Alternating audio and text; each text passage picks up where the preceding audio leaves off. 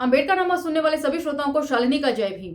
एक बार फिर मैं आप लोगों का इस्तकबाल करती हूँ इस मंच से एक बेहद संजीदा और अहम पुस्तक के साथ। आरक्षण पर तो हम दशकों से बात कर रहे हैं, लेकिन आज जिस पुस्तक का चयन अम्बेडकर नामा के मंच से मैंने किया है वे आरक्षण से आगे निकलकर दलित बहुजनों की लोकतंत्र में भागीदारी किस तरह सुनिश्चित हो उसके ऊपर सवाल करती है। जी हाँ, मैं बात कर रही हूँ कमल भारती जी की पुस्तक लोकतंत्र में भागीदारी के सवाल को लेकर। पुस्तक कुछ यूं दिखाई देती है। ये इसका फ्रंट कवर है और ये इसका बैक कवर है। और दलित चिंतन श्रृंखला में कमल भारती जी की ये चौथी पुस्तक है। कमल भारती जी का नाम अम्बेडकर नामा के मंच पर नया नहीं है। इससे पहले भी हम इनकी ट्रांसलेटेड पुस्तक कैथरीन मेयो की मदर इंडिया को पढ़ चुके हैं। पुस्तक अंदर से यूं दिखाई देती है। 1997 में बोधिसत्व प्रकाशन से ये छप कर आई थी और मेरे पास इसका पहला संस्करण ही है। उस समय में ऑनलाइन परचेजिंग का जमाना नहीं था, इसीलिए अमेजॉन और फ्लिपकार्ट दोनों ही साइट्स पर ये अनअवेलेबल है। यदि आपको इसको पढ़ने में रुचि हो, मंगवाना चाहते हो, तो डिस्क्रिप्शन बॉक्स में प्रकाशक का सारा ब्यौरा मैं आप लोगों के लिए उपलब्ध करवा दूंगी। आप इसे प्रकाशक को लिखकर मंगवा सकते हैं। जिस समय प्रकाशित हुई थी उस समय इसकी कीमत मात्र 40 रुपए थी। आज की डेट में कितनी है मैं नहीं जानती। और ये पुस्तक कमल भारती जी ने डेडिकेट की है मित्रवर चंद्रभान प्रसाद को दलित शिक्षा आंदोलन के मिशन के लिए। जी हाँ, ये वही चंद्रभान सर हैं जिनके वीडियोस आप देखते, सुनते और पसंद करते हैं अम्बेडकर नामा पर।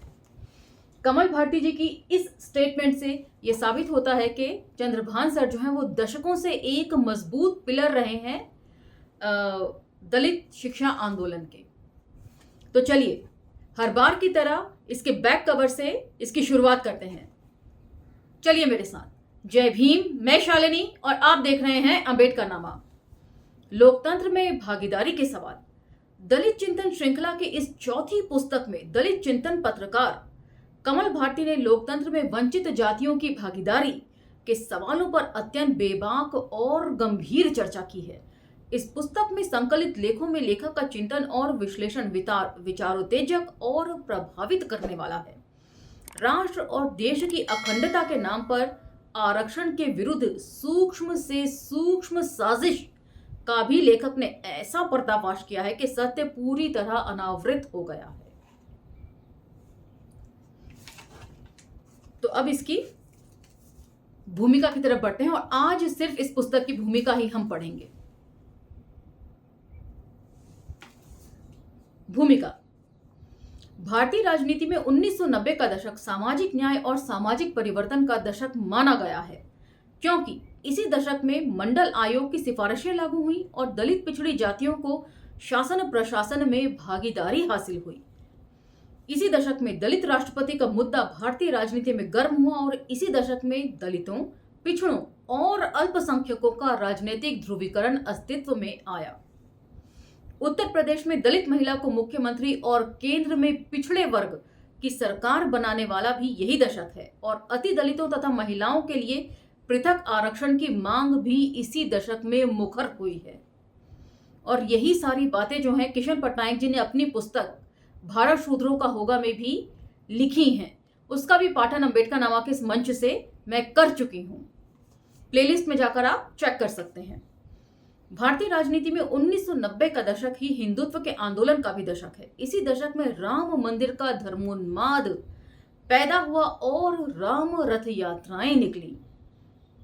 इसी दशक में हिंदू लहर ने अयोध्या की बाबरी मस्जिद को तोड़ा और सारे भारत का सामाजिक सद्भाव बिगाड़ा। सामाजिक परिवर्तन और हिंदुत्व का आंदोलन दोनों आकस्मिक घटनाएं नहीं हैं, वरन इन दोनों के बीच गहरा संबंध है। और यही सारी बातें जो है किशन पटनायक जी ने अपनी पुस्तक भारत शूद्रों का होगा में भी लिखी हैं। उनके आर्टिकल 7, 8, 9, 10, 11 सारे ही इन्हीं सब चीजों को रिफ्लेक्ट करते हैं।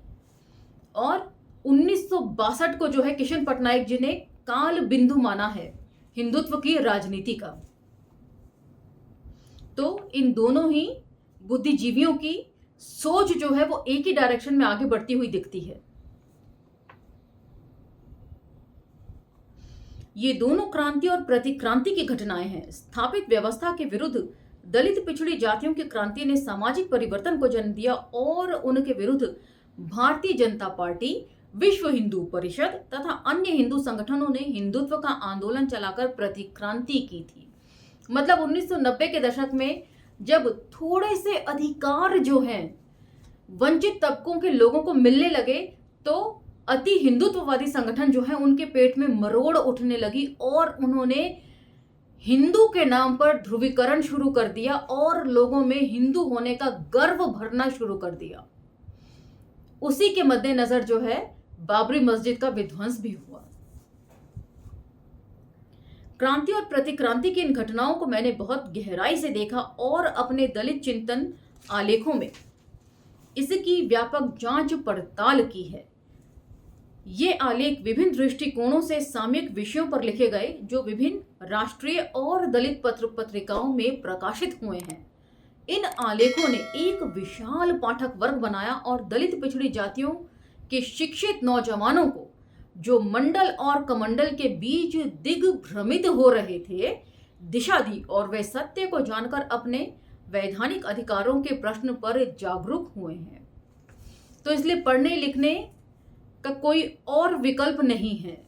जितना ज़्यादा आप पढ़ेंगे लिखेंगे उतना ज़्यादा आपका विचार मंथन पॉसिबल होगा और चीज़ें जो हैं वो छन कर आएंगी, फिल्टर होकर आएंगी आपके पास।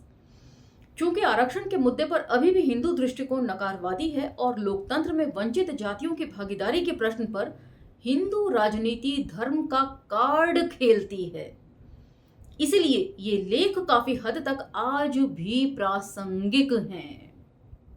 1997 से लेकर इन्होंने ये लेख लिखने शुरू किए हैं कमल भारती जी ने। मतलब उससे पहले के ये सारे लेख हैं और उनको कंपाइल करके इस बुक के अंदर उन्होंने रखा है विभिन्न लेखों को। अतः सिर्फ कल की घटनाओं के युग बोध से परिचित कराना ही नहीं अपितु सामाजिक परिवर्तन की क्रांति के विरुद्ध हिंदू प्रतिक्रांति की गहरी साजिशों से सावधान करना भी इस संकलन का ध्येय है। लोगों में जागरूकता आई है पहले के मुकाबले। सरकार के पिछले 10 साल के कार्यकाल को लोगों ने बारीकी से इस बार अध्ययन किया है। यही वजह है कि राजतंत्र जो है वो लोकतंत्र से इस बार हारा है। दलित पत्रकारिता के क्षेत्र में मेरा प्रवेश 90 के दशक के आरंभ में ही होता है, बल्कि ये कहना ज्यादा उचित होगा कि इस दशक में जो उथल पुथल हुई, जो मुक्ति संग्राम दलित पिछड़ी जातियों ने लड़ा और भारतीय राजनीति में जो जाति संघर्ष उभरा, उसी ने मेरे अंदर के दलित चिंतन को जगाया और मुझे पत्रकारिता के क्षेत्र में धकेला। अतः ये संकलन इसी दशक के दौरान आरक्षण के मुद्दे पर लिखे गए मेरे लेखों, समीक्षाओं और टिप्पणियों का चयनित है।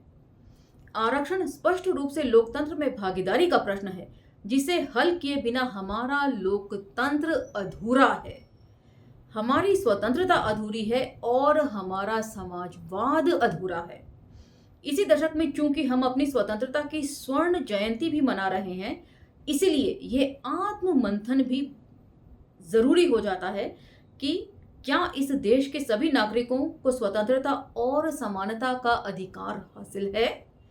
इस दृष्टि से यह पुस्तक निश्चित रूप से प्रासंगिक नजर आएगी। इस पुस्तक में संकलित अधिकांश लेख सुल्तानपुर प्रवास में लिखे गए हैं। वहां मेरे श्री R.A. कोविंद मित्र ने मुझे मानसिक संबल दिया था, जिसके लिए मैं उनका सदैव कृतज्ञ रहूंगा।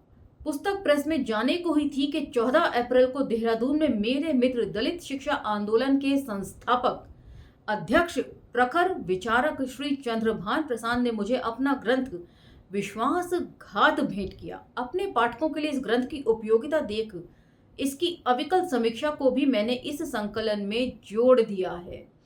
श्री चंद्रभान प्रसाद की रचना कर्म लोकतंत्र में भागीदारी के सवालों पर सचमुच एक प्रशंसनीय रचना कर्म है।